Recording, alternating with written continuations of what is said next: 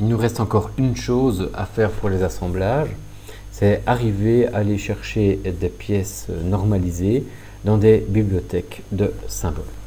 Alors, la bibliothèque de symboles de CATIA est assez complète. Elle est disponible par le bouton catalogue de composants qui était caché sur la ligne horizontale. Il suffit donc de l'ouvrir. Normalement, il pointe directement sur un ensemble de bibliothèques de symboles qui se trouvent dans les normes ISO. Donc, initialement, il démarre dans cette bibliothèque-ci. Bibliothèque ISO, mais qui peut être élargie. Vous avez d'autres bibliothèques à votre disposition. Les JIS, qui sont donc les japonaises, US, qui sont donc États-Unis, et EN, qui sont les normes anglaises. On va regarder les normes ISO.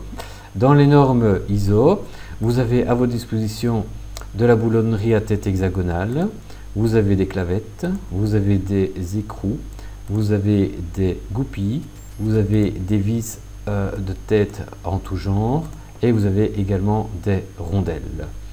Si vous cherchez après des circlips, je vous conseille d'aller chercher dans la rubrique des US. Et là, vous allez retrouver notamment donc les circlips intérieurs ou extérieurs.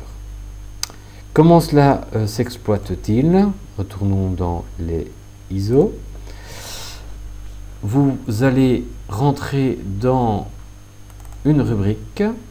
Dans cette rubrique, vous avez le choix de différentes formes d'écrous, par exemple ici.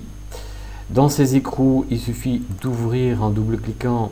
Vous allez ensuite avoir accès à différentes dimensions. Ici, on a des métriques 1, 6, 2, 2,5, 3, etc. Vous choisissez donc le métrique qui convient. Et lorsque vous avez le métrique qui convient, vous prenez simplement l'icône de l'objet aux bonnes dimensions pour aller le glisser sur Produit. Cet objet va s'insérer immédiatement dans notre montage. Donc ici, voilà notre montage enrichi d'un écrou. L'écrou se trouve pour le moment centré sur une origine particulière.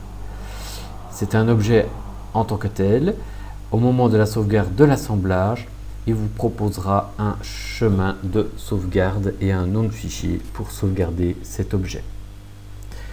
Vous avez également d'autres bibliothèques de symboles, également des bibliothèques de pièces de fabricants, donc beaucoup plus généralistes, qui sont accessibles sur Internet. Si nous allons voir sur Internet, un des premiers que vous connaissez déjà de la première et de la deuxième, c'est TracePart. Il suffit de demander un modèle CAO 3D. Donc il suffit de cliquer télécharger des modèles CAO 3D et on vous demandera votre adresse mail et on vous enverra par mail directement la pièce choisie dans le format qui convient. Attention pour CATIA, pas prendre un CATIA V4 mais prendre un CATIA V5. De la même manière, il existe un second site fort utilisé qui est Part Community.